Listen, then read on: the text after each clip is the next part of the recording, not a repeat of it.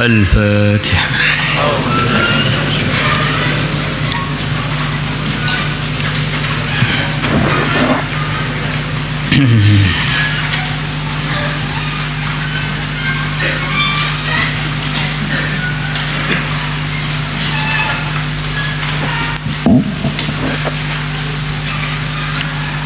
بسم الله الرحمن الرحيم. وقال تعالى, dan Allah Ta'ala telah berfirman. Allah menyebut-nyebut sifatnya orang-orang beriman yang Allah ridha pada sifat-sifat mulia tersebut. Di antara sifatnya adalah yang akan kita baca ini. Ya khafuna, mereka takut, yauman, akan datangnya hari, tataqallabu, yang bolak-balik, yang bergoncang, fihi, di hari itu, al-qulubu, hati, wal absaru, dan mata, yaitu hari hisab, hari kiamat. Hari itu orang-orang beriman maupun tidak beriman dalam kondisi yang begitu gawat darurat. Yang diselamatkan oleh Allah hanya orang-orang yang diridhoinya. Allah tampakkan surga, tampakkan neraka, hadapkan kepada mereka macam-macam pertanggungjawaban. Ada pengumuman-pengumuman yang begitu menakutkan. Maka di antara sifat-sifatnya orang beriman yang diridhoi Allah, dalam kehidupan mereka ini ada mikir hari hisab itu, hari yang begitu ganas itu. Mau berbuat apa-apa, mereka selalu memikirkan nanti membahayakan atau menguntungkan di hari yang hati-hati dan pandangan-pandangan waktu itu gonjang-ganjing, begitu ketakutan. Liyajziyahumullahu ahsana ma amilu, mereka mengerjakan amalan-amalan kebaikan itu supaya Allah balas kepada mereka dengan balasan yang lebih baik, melebihi apa yang mereka kerjakan. Jadi ada min yang dibuang menurut sebagian mufassirin, ahsana mimma amil. Jadi ketika mereka amal ada ihtisab. Ketika amal mereka berharap mendapatkan anugerah-anugerah dari Allah melebihi apa yang mereka kerjakan. Sekali kebaikan berharap dapat minimal kelipatan 10 kali sampai kelipatan yang hanya Allah yang tahu. Nah ini bagaimana orang amal kok mengharapkan pahala itu bagaimana? Apakah itu bukan bagian dari tidak ikhlas? Karena amalnya bukan murni karena Allah. Ya, sebagian ulama mengatakan saking cintanya kepada Allah sampai dia ini doa, ya Allah, kalau saya ini beribadah, beramal karena pengen surgamu atau takut pada nerakamu, jangan engkau masukkan saya ke surga, masukkan saya ke neraka saja, karena berarti saya amal masih mengharap selain engkau. Tapi ini bahasanya orang yang kasmaran. Orang tuh kalau kasmaran bahasanya itu tidak bisa jadi panutan, karena bahasanya orang yang cinta, seperti yang dinukilkan dari Robiah Hadawiyah dan yang lain-lain, pecinta-pecinta yang sampai gandrung. Seperti orang begitu cinta pada istrinya, dia bilang kamu itu lebih cantik dari bidadari. Karena itu pret, maksudnya itu kan embel aja, itu nggak nyata kan itu. Tapi bahasanya cinta itu begitu itu. Maka sebagian ulama yang hati-hati di sini pembahasannya panjang. Yang ngiming-imingi pahala itu kan Allah. Yang menjanjikan surga itu kan Allah. Yang menjanjikan macam-macam kenikmatan itu ya Allah. Maka menurut saya tidak sopan orang diiming-imingi oleh Allah terus kemudian nggak pengen. Ditakut-takuti oleh Allah nggak takut.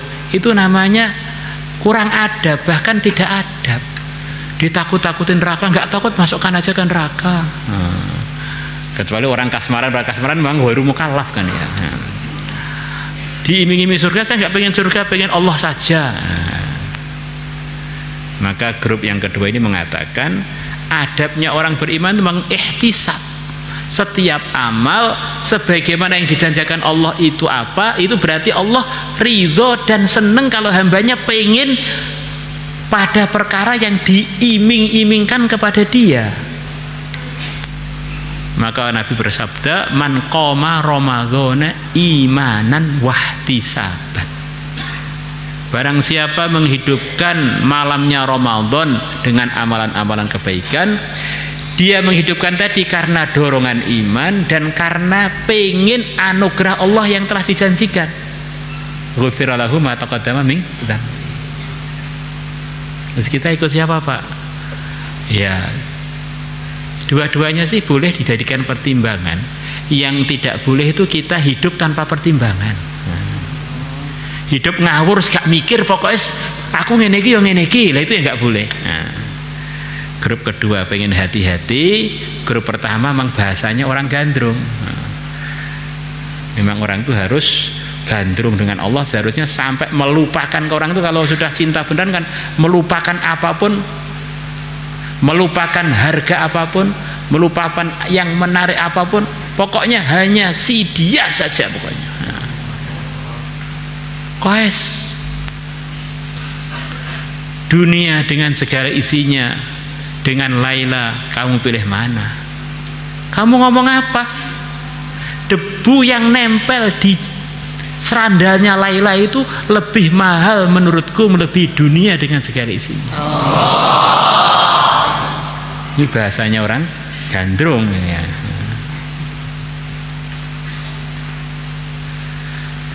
Karena katanya orang yang pernah cinta, di dunia itu nggak ada yang lebih nikmat melebihi mencintai. Maka kalau orang itu ngaji belum sampai tingkatan mencintai, gak nikmat. Kalau begitu saya belum sampai, nggak usah ngaji. Ya diusahakan sampai cinta, karena cinta itu kan anugerah. Cinta malah nanti nggak dapat apa-apa, daftar aja enggak. Orang itu dengan sebab cinta itu yang pahit pun jadi manis, yang capek pun jadi terasa istirahat.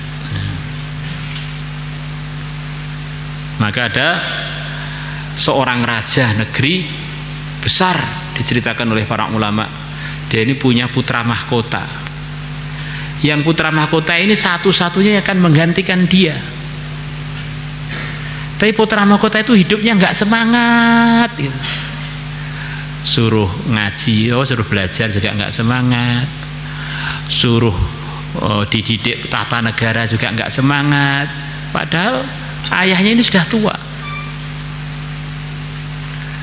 Maka dia tanya pada penasihat-penasihatnya, ini bagaimana masa depan anak saya dan kerajaan saya ini? Satu-satunya penerus adalah dia, sementara kondisinya begitu itu. Apa nasihat kalian? Maka para penasihat mengatakan, orang itu kalau hidup nggak ada cinta, Tuan Raja, hidupnya nggak ada geluranya. Terus bagaimana? Ya kami akan usahakan biar dia ini bisa punya cinta. Ini pendidikan tidak semuanya harus ditiru ya, tidak semuanya harus ditiru ya. Ini pendidikan, ini ngomong pendidikan. Maka di daerah situ ada wanita yang begitu cantik, yang sangat cantik, yang tercantik di negeri itu. Tapi anaknya raja ini ya tidak kenal dan nggak tertarik, pas nggak tertarik hidupnya itu, nggak tertarik dengan apa-apa, nggak tertarik. Maka para penasihat raja tadi mulai mendekati anak raja itu, cerita-cerita mengenai macam-macam keadaan dunia, cerita mengenai cinta, nikmatnya mencintai, kemudian cerita diselingi dengan cerita wanita itu, kalau kamu dapat istri dia jos. Akhirnya lama-lama kan setiap orang normal itu kan ada rasa cinta. Akhirnya tertarik, seperti apa sih, mulai penasaran. Wah, ini apa itu ketemu dengan dia itu sulit. Belum tentu dia sudah yang lamar anak-anak raja aja nggak tertarik, paling dengan antum juga nggak tertarik. Masa kan saya belum mencoba.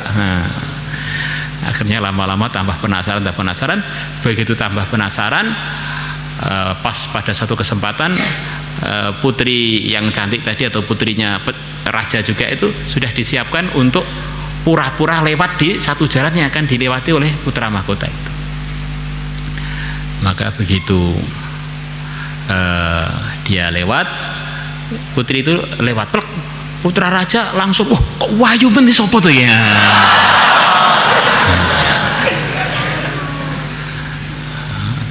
Terus putri tadi nggak patek gubris dengan putra raja itu langsung pergi. Maka pengawalnya yang sudah didesain oleh para penasihat raja tadi, itu yang kita ceritakan itu, yaitu, wah saya pengen lamar dia, wah itu sulit loh, Tuan Raja ini ada persyaratan, saya siap, persyaratan siap. Akhirnya ringkas cerita terlalu panjang, nanti sampai maghrib belum selesai kalahnya. Akhirnya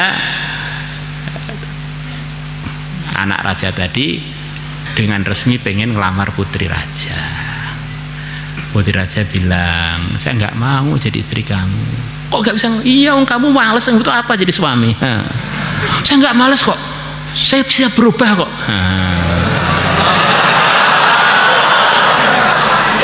Saya tidak perlu gombalmu, saya perlu bukti darimu.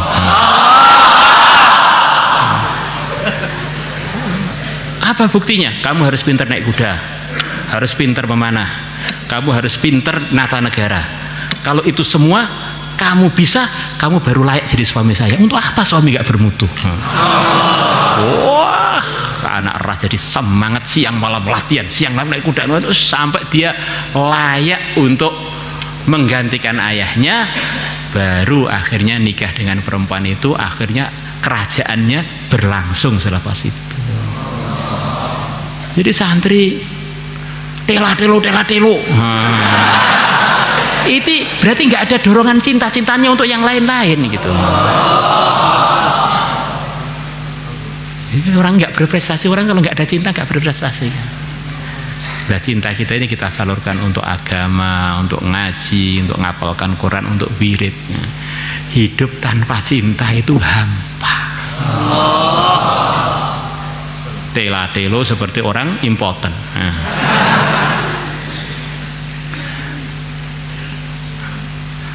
Ngantuk atas bawah. La ilaha illallah. Ini begitu itu. Maka orang-orang yang bisa amal agama dengan baik itu memang pecinta-pecintanya Allah dan Rasulnya, mencintai Allah dan Rasulnya itu melebihi segalanya. Wa yazidahum, dan Allah akan menambahkan kepada mereka, atau dengan harapan Allah menambahkan kepada mereka kalau di atas ayat sebelumnya, min fadlihi, dari anugerahnya, karena Allah menjanjikan waladaina mazid, orang-orang yang telah saya janjikan begini berupa anugerah, nanti begitu masuk surga akan tak tambahi anugerah lagi. Maka mereka beramal itu dengan harapan tadi. Wa qala ta'ala, dan Allah Ta'ala telah berfirman, yad'una rabbahum, mereka berdoa kepada Tuhannya. Ini sifat-sifatnya orang beriman yang diridhoi Allah, diantaranya ini khaufan, dalam kondisi mereka takut. Kenapa kok takut? Karena diantara yang difirmankan Allah, yang disampaikan Rasulullah kepada umat, kepada orang-orang beriman adalah isinya ancaman-ancaman Allah. Kalau nggak taat risikonya begini, kalau maksiat risikonya begini, kalau melanggar risikonya begini. Maka tuntutan dari percaya kepada ancaman-ancaman Allah adalah rasa takut mesti wajib ada di hatinya setiap orang beriman. Wa tama'a, dan mereka berdoa kepada Allah disertai harapan, melihat janji anugerah Allah, pahala dilipatkan, surga sekian, kemudian derajat yang macam-macam, nikmat yang macam-macam yang abadi. Akhirnya tuntutan beriman kepada janji-janji anugerah di hatinya setiap orang beriman harus ada harapan. Maka iman itu, iman kepada Allah itu kumpulan dari harapan dan takut, khaufan wa tama'an. Bukan takut tok akhirnya jadi suudzon atau bagi lemes gak ingat anugerahnya Allah. Jangan berharap tok sampai lupa ancaman-ancaman Allah. Wa mimma razaqnahum, dan dari sebagian yang aku berikan rezeki kepada mereka, yunfiquna, mereka menginfakkannya. Fala ta'lamu nafsum ma ukhfiya lahum min qurrati a'yun.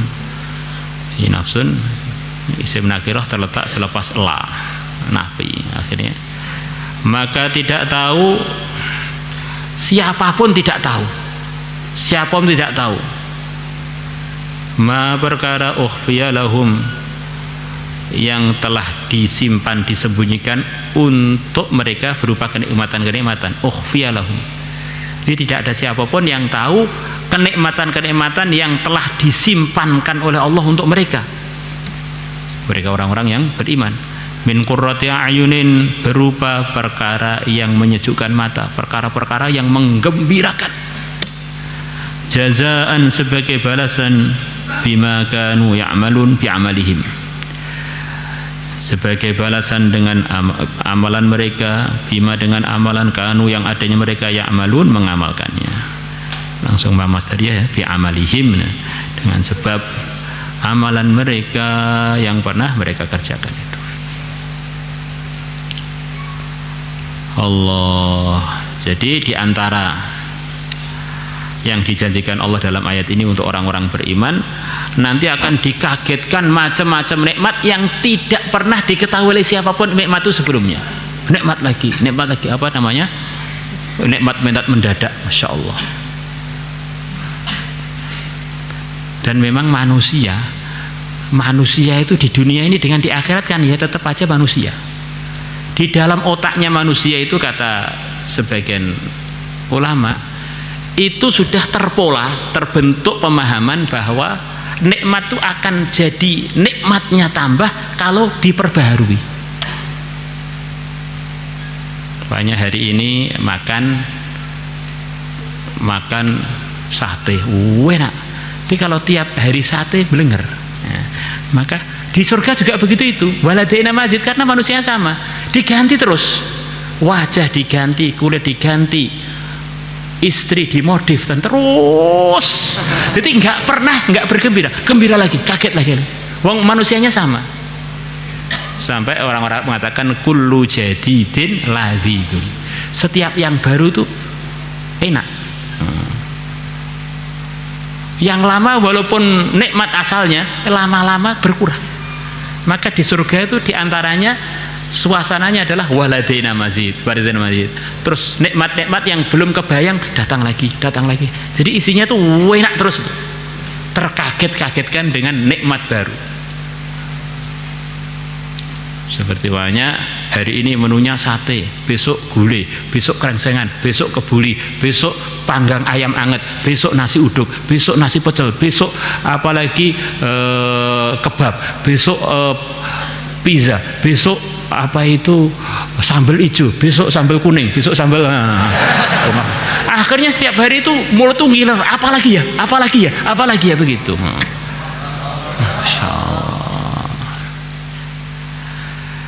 Salat maulaya salli wa sallim daiman abad ala habibika khairil khalqi kullihim huwal habibul ladzi turja syafa'atuhu fi kulli hawlin minal